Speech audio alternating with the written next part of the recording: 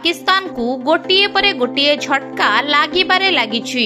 प्रथमे भारत पाकिस्तान न आसीबा तापरे चैंपियन ट्रॉफी को हाइब्रिड मॉडल रे आयोजन कराजिबा। आयोजक दल हिसाब रे सेमीफाइनाल को क्वालिफाई न करिबा इत्यादि। दीर्घ 29 वर्ष परे पाकिस्तान आईसीसी टूर्नामेंट आयोजन करिबा पई सुजोग पाइथिबा सत्वे कोनोसी फायदा उठाई पारिला नहीं। भारत पाकिस्तान को खेलिबा को न आसीबा पाकिस्तान को प्रथमरु ही झटका देइथिला।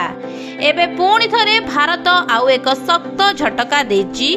भारत कंगारू दल को हराई फाइनल रे प्रवेश करिछि। तेणु पाकिस्तान को कोटी कोटी टंकार क्षति सहिबाकू पड़िछि। दुबई भारत ऑस्ट्रेलिया मध्यरे खेला जाइथिबा मैच रे भारत विजयी होइछि। एहा परे मनरे छनका मध्य पसिछि पाकिस्तान रो। भारतर विजय लाभ करिथिबार पाकिस्तान फाइनल आयोजन कराइबार सुजोग हराइबो पीसीबी।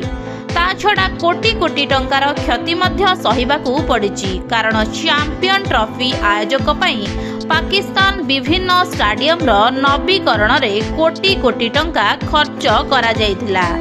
विशेष करी लाहौर रो गद्दाफी स्टाडियम रे 561 कोटी टंका खर्च होइछि। लाहौर रे फाइनल मैच खेला न जिबारु पाकिस्तान को बड़ धरणर क्षति मध्य सहिबाकू पड़िछि।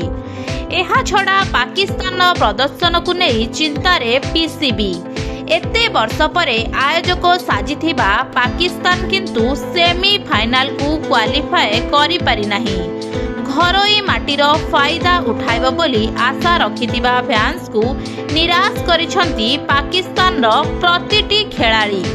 गत 5 वर्ष मध्यरे सबु आईसीसी टूर्नामेंट रे फेल मारिछि पाकिस्तान। एथर घरोई माटी रे चैंपियन ट्रॉफी हातेबार स्वप्न भी चूरमार हो जाइछि। सेपटे दुबई रो जलवा देखाइछि टीम इंडिया। ग्रुप स्टेज रे समस्त को मात देई टेबल टॉपर भावे फाइनल रे एंट्री मारिछि। 2023 विश्वकप फाइनल रो बदला नेछि रोहित बाहिनी। ऑस्ट्रेलिया को भारत हराइबा परे फाइनल मैच पाकिस्तान ने न होई दुबई रे खेला जिवो, जहाँ पाकिस्तान को बड़ क्षति मध्य पहुंचाइबो।